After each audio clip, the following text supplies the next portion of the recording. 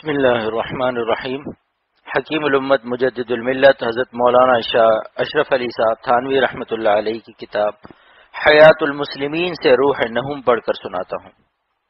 اکرام مسلمین اور ان کے حقوق کی ادائیگی۔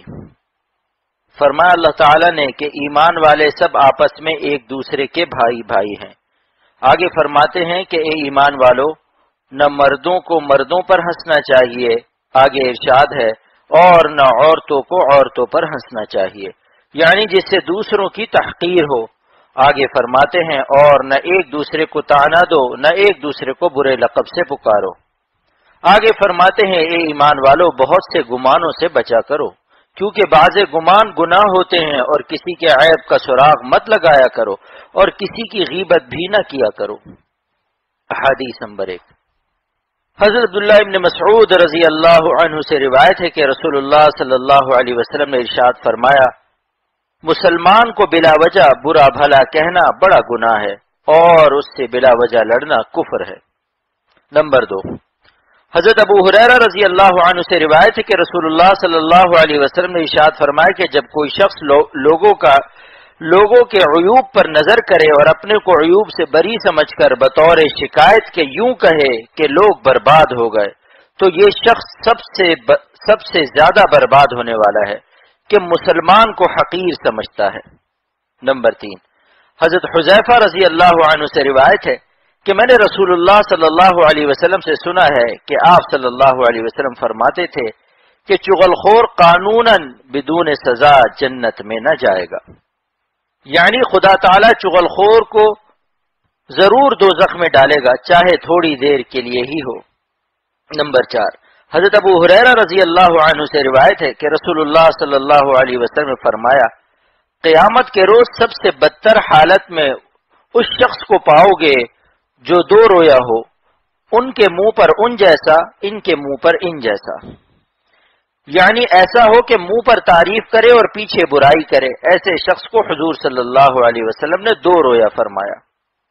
نمبر 5۔ حضرت ابو ہریرہ رضی اللہ عنہ سے روایت ہے کہ رسول اللہ صلی اللہ علیہ وسلم نے فرمایا کہ تم جانتے ہو کہ غیبت کیا چیز ہے؟ صحابہ رضی اللہ عنہ نے عرض کیا، اللہ تعالیٰ اور اس کا رسول خوب جانتے ہیں۔ آپ صلی اللہ علیہ وسلم نے فرمایا، غیبت یہ ہے کہ اپنے بھائی مسلمان کا ایسے طور پر ذکر کرنا اگر اس کو خبر ہو تو اس کو ناگوار ہو۔ عرض کیا گیا کہ بتلائیے، اگر میرے اس بھائی میں وہ بات ہو جو میں کہتا ہوں، یعنی اگر میں سچی برائی کرتا ہوں۔ آپ صلی اللہ علیہ وسلم نے فرمایا، اگر اس میں وہ بات ہے جو تو کہتا ہے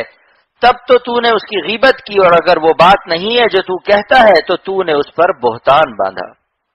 یعنی دونوں باتوں کی اجازت نہیں، نہ کسی پہ جھوٹا الزام لگایا جا سکتا ہے، اور نہ کسی کے عیوب یا خامیاں جو در حقیقت اس کی خصلت میں پائی جاتی ہوں اس کے پیچھے بیان کیے جا سکتے ہیں۔ نمبر 6۔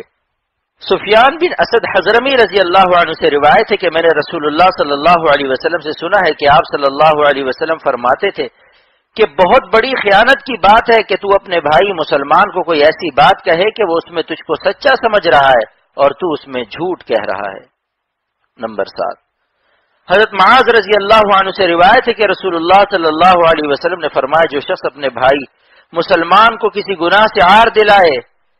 اس کو موت نہ آئے گی جب تک خود اس گناہ کو نہ کرے گا، یعنی عار دلانے کا یہ وبال ہے، اگر کسی خاص وجہ سے ظہور نہ ہو تو یہ اور بات ہے، اور خیر خواہی سے نصیحت کرنے میں کچھ ڈر نہیں۔ نمبر 8۔ حضرت واصلہ رضی اللہ عنہ سے روایت ہے کہ رسول اللہ صلی اللہ علیہ وسلم نے فرمایا، اپنے بھائی مسلمان کی دنیاوی یا دینی بری حالت پر خوشی مت ظاہر کر، کبھی اللہ تعالیٰ اس پر رحمت فرما دے اور تجھ کو مبتلا کر دے۔ نمبر 9۔ عبد الرحمن بن غنم اور اسما بنت یزید رضی اللہ عنہ سے روایت ہے کہ نبی کریم صلی اللہ علیہ وسلم نے فرمایا، بندگان خدا میں سب سے بدتر وہ لوگ ہیں جو چغلیاں پہنچاتے ہیں اور دوستوں میں جدائی ڈلواتے ہیں۔ نمبر 10۔ حضرت ابن عباس رضی اللہ عنہما نبی کریم صلی اللہ علیہ وسلم سے روایت کرتے ہیں کہ آپ صلی اللہ علیہ وسلم نے فرمایا، اپنے بھائی مسلمان سے نہ خواہ مخواہ بحث کیا کر، اور نہ اس سے ایسی دل لگی کر جو اس کو ناگوار ہو، اور نہ اس سے کوئی ایسا وعدہ کر جس کو تو پورا نہ کر سکے۔ یعنی اگر کسی عذر کے سبب پورا نہ کر سکے تو یہ معذوری ہے۔ چنانچہ زید بن ارقم رضی اللہ عنہ نے نبی کریم صلی اللہ علیہ وسلم سے روایت کیا ہے کہ کوئی شخص اپنے بھائی سے وعدہ کرے اور اس وقت پورا کرنے کی نیت تھی مگر پورا نہیں کر سکا، اور آگے آنے کا وعدہ، اور اگر آنے کا وعدہ تھا تو وقت پر نہ آ سکا، اس کا یہی مطلب ہے کہ کسی عذر کے سبب ایسا ہو گیا تو اس پر کوئی گناہ نہ ہوگا۔ عیاض مجاشعی رضی اللہ عنہ سے روایت ہے کہ رسول اللہ صلی اللہ علیہ وسلم نے فرمایا، اللہ تعالیٰ نے مجھ پر وحی نازل فرمائی ہے کہ سب آدمی تواضع اختیار کرو، یہاں تک کہ کوئی کسی پر فخر نہ کرے اور کوئی کسی پر زیادتی نہ کرے، کیونکہ فخر اور ظلم تکبر ہی سے ہوتا ہے۔ نمبر 12، حضرت جریر بن عبداللہ رضی اللہ عنہ سے روایت ہے کہ رسول اللہ صلی اللہ علیہ وسلم نے فرمایا کہ اللہ تعالیٰ ایسے شخص پر رحم نہیں فرماتا جو لوگوں پر رحم نہیں کرتا۔ نمبر 13، حضرت ابو ہریرہ رضی اللہ عنہ سے روایت ہے کہ رسول اللہ صلی اللہ علیہ وسلم نے فرمایا جو شخص بیوہ اور غریبوں کے کاموں میں سعی کرے وہ ثواب میں اس شخص کے مثل ہے جو جہاد میں سعی کرے۔ نمبر 14، حضرت سہل بن سعد سے روایت ہے کہ رسول اللہ صلی اللہ علیہ وسلم نے فرمایا کہ میں اور وہ شخص جو کسی یتیم کو اپنے ذمے رکھ لے، خواہ یتیم اس کا کچھ لگتا ہو خواہ غیر ہو، ہم دونوں جنت میں اس طرح ہوں گے۔ یہ فرما کر آپ نے شہادت کی انگلی اور بیچ کی انگلی سے اشارہ فرمایا اور دونوں میں تھوڑا سا فرق بھی کر دیا، کیونکہ نبی اور غیر نبی میں فرق تو ضروری ہے، مگر حضور صلی اللہ علیہ وسلم کے ساتھ جنت میں رہنا کیا تھوڑی بات ہے؟ یعنی یتیم رشتہ دار ہو یا غیر، دونوں کا اجر برابر ہے۔ نمبر 15، حضرت نعمان بن بشیر رضی اللہ عنہ سے روایت ہے کہ رسول اللہ صلی اللہ علیہ وسلم نے فرمایا مسلمان کو باہمی ہمدردی اور باہمی محبت اور باہمی شفقت میں ایسا دیکھو گے جیسے جاندار بدن بدخوابی اور بیماری میں اس کا ساتھ دیتا ہے۔ نمبر 16، حضرت ابو موسیٰ اشعری رضی اللہ عنہ نبی کریم صلی اللہ علیہ وسلم سے روایت کرتے ہیں کہ جب آپ صلی اللہ علیہ وسلم کے پاس کوئی سائل یا کوئی صاحب حاجت آتا تو آپ صلی اللہ علیہ وسلم صحابہ رضی اللہ عنہ سے فرماتے کہ تم سفارش کر دیا کرو، تم کو ثواب ملے گا، اور اللہ تعالیٰ اپنے رسول کی زبان پر جو چاہے حکم دے، یعنی میری زبان سے وہی نکلے گا جو اللہ تعالیٰ کو دلوانا ہوگا، مگر تم کو مفت کا ثواب مل جاوے گا، اور یہ اس وقت ہے جب جس سے سفارش کی جاوے اس کو گرانی نہ ہو، جیسا یہاں حضور صلی اللہ علیہ وسلم نے خود فرمایا۔ نمبر 17، حضرت انس رضی اللہ عنہ سے روایت ہے کہ اپنے بھائی مسلمان کی مدد کرو، خواہ ظالم ہو یا خواہ مظلوم ہو۔ ایک شخص نے عرض کیا یا رسول اللہ مظلوم ہونے کی حالت میں تو مدد کر دوں گا، مگر ظالم ہونے کی حالت میں کیسے مدد کروں؟ آپ صلی اللہ علیہ وسلم نے فرمایا اس کو ظلم سے روک دے، یہی تمہاری مدد کرنا ہے اس ظالم کی، یعنی ظالم کو ظلم سے روکنا بھی ایک طرح کی مدد ہے۔ نمبر 18، حضرت ابن عمر رضی اللہ عنہما سے روایت ہے کہ رسول اللہ صلی اللہ علیہ وسلم نے فرمایا کہ ایک مسلمان دوسرے مسلمان کا بھائی ہے، نہ اس پر ظلم کرے نہ کسی مصیبت میں اس کا ساتھ چھوڑ دے، اور جو شخص اپنے بھائی کی حاجت میں رہتا ہے اللہ تعالیٰ اس کی حاجت میں رہتا ہے، اور جو شخص کسی مسلمان کی کوئی سختی دور کرے گا اللہ تعالیٰ قیامت کی سختیوں میں سے اس کی سختی دور کرے گا، اور جو شخص کسی مسلمان کی پردہ پوشی کرے گا اللہ تعالیٰ قیامت کے دن اس کی پردہ پوشی کرے گا۔ نمبر 19، حضرت ابو ہریرہ رضی اللہ عنہ سے روایت ہے کہ رسول اللہ صلی اللہ علیہ وسلم نے ایک حدیث میں یہ فرمایا آدمی کے لیے یہ شر کافی ہے کہ اپنے بھائی مسلمان کو حقیر سمجھے، یعنی اگر کسی میں یہ بات ہو اور شر کی بات نہ ہو تب بھی اس میں شر کی کمی نہیں۔ مسلمان کی ساری چیزیں دوسرے مسلمان پر حرام ہیں، اس کی جان، اس کا مال، اس کی آبرو، یعنی نہ اس کی جان کو تکلیف دینا جائز، نہ اس کے دل کو نقصان اور نہ اس صدمہ پہنچانا، مثلا اس کا عیب کھولنا، اس کی غیبت کرنا وغیرہ۔ نمبر 20، حضرت انس رضی اللہ عنہ سے روایت ہے کہ رسول اللہ صلی اللہ علیہ وسلم نے فرمایا قسم اس ذات کی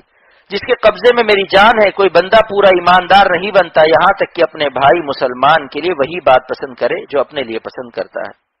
نمبر 21، حضرت انس رضی اللہ عنہ سے روایت ہے کہ رسول اللہ صلی اللہ علیہ وسلم نے فرمایا وہ شخص جنت میں نہ جائے گا جس کا پڑوسی اس کے خطرات سے مطمئن نہ ہو، یعنی اس سے اندیشہ ضرر کا لگا رہے۔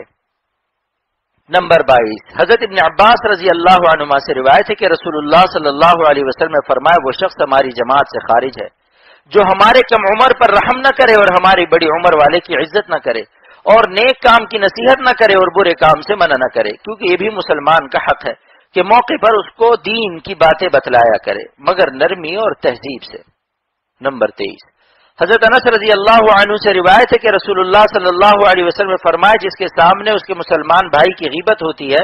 اور وہ اس کی حمایت پر قادر ہو اور اس کی حمایت کرے تو اللہ تعالیٰ دنیا و آخرت میں اس کی حمایت فرمائے گا، اور اگر اس کی حمایت نہ کی حالانکہ اس حمایت پر قادر تھا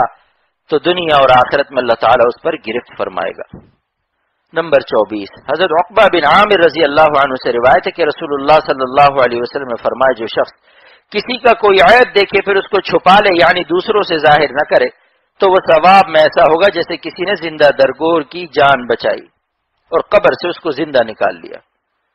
نمبر 25، حضرت ابو ہریرہ رضی اللہ عنہ سے روایت ہے کہ رسول اللہ صلی اللہ علیہ وسلم نے فرمایا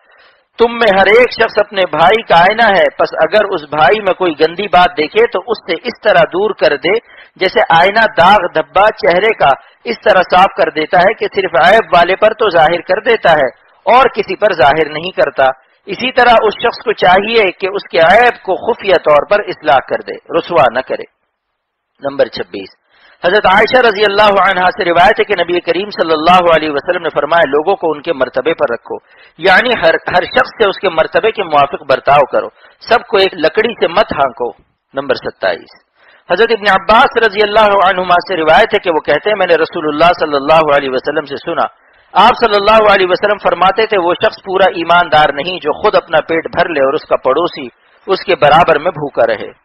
نمبر 28، حضرت ابو ہریرہ رضی اللہ عنہ سے روایت ہے کہ رسول اللہ صلی اللہ علیہ وسلم نے فرمایا کہ مومن الفت اور لگاؤ کا محل اور خانہ ہے، اور اس شخص میں خیر نہیں جو کسی سے نہ خود الفت رکھے اور نہ اس سے کوئی الفت رکھے، یعنی سب سے روکھا اور الگ رہے، کسی سے میل ہی نہ ہو، باقی دین کی حفاظت کے لیے کسی سے تعلق نہ رکھنا یا کم رکھنا وہ اس سے مستثنا ہے۔ نمبر 29، حضرت انس رضی اللہ عنہ سے روایت ہے کہ رسول اللہ صلی اللہ علیہ وسلم فرمائے جو شخص میری امت میں سے کسی کی حاجت پوری کرے صرف اس نیت سے کہ اس کو مسرور اور خوش کرے سو اس شخص نے مجھ کو مسرور کیا، اور جس نے مجھ کو مسرور کیا اس نے اللہ تعالیٰ کو مسرور کیا، اور جس نے اللہ تعالیٰ کو مسرور کیا اللہ تعالیٰ اس کو جنت میں داخل فرما دے گا۔ نمبر 30، حضرت انس رضی اللہ عنہ سے روایت ہے کہ رسول اللہ صلی اللہ علیہ وسلم نے فرمایا جو شخص کسی پریشان حال آدمی کی امداد کرے اللہ تعالیٰ اس کے لیے 73 مغفرت لکھے گا، جن میں سے ایک مغفرت ہی اس کے تمام کاموں کی اصلاح کے لیے کافی ہے، اور 72 مغفرت قیامت کے دن اس کے لیے درجات ہو جائیں گے۔ نمبر 31، حضرت ابو ہریرہ رضی اللہ عنہ سے روایت ہے کہ نبی کریم صلی اللہ علیہ وسلم نے فرمایا جس وقت کوئی مسلمان اپنے بھائی کی بیمار پرسی کرتا ہے یا ویسے ہی ملاقات کے لیے جاتا ہے تو اللہ تعالیٰ فرماتا ہے تو بھی پاکیزہ ہے، تیرا چلنا بھی پاکیزہ ہے، تو نے جنت میں اپنا مقام بنا لیا ہے۔ نمبر 32، حضرت ابو ایوب انصاری رضی اللہ عنہ سے روایت ہے کہ رسول اللہ صلی اللہ علیہ وسلم نے فرمایا کہ کسی شخص کے لیے یہ بات جائز نہیں کہ اپنے بھائی سے 3 دن سے زیادہ قطع تعلق کر دے، اس طرح کے دونوں ملیں اور یہ ادھر کو منہ پھیر لے وہ ادھر کو منہ پھیر لے، اور ان دونوں میں اچھا وہ شخص ہے جو پہلے سلام کر لے۔ نمبر 33، حضرت ابو ہریرہ رضی اللہ عنہ سے روایت ہے کہ رسول اللہ صلی اللہ علیہ وسلم نے فرمایا اپنے کو بدگمانی سے بچاؤ، گمان سب سے جھوٹی بات ہے، اور کسی کی مخفی حالت کو کرید مت کرو، نہ اچھی حالت کی نہ بری حالت، اور نہ دھوکہ دینے کو کسی چیز کے دام بڑھاؤ، اور نہ آپس میں حسد کرو نہ بغض رکھو، نہ پیٹ پیچھے غیبت کرو، اور اے اللہ کے بندو سب بھائی بھائی ہو کر رہو، اور ایک روایت میں ہے نہ ایک دوسرے پر رشک کرو۔ نمبر 34، حضرت ابو ہریرہ رضی اللہ عنہ سے روایت ہے کہ رسول اللہ صلی اللہ علیہ وسلم نے فرمایا مسلمان کے حقوق مسلمان پر 6 ہیں۔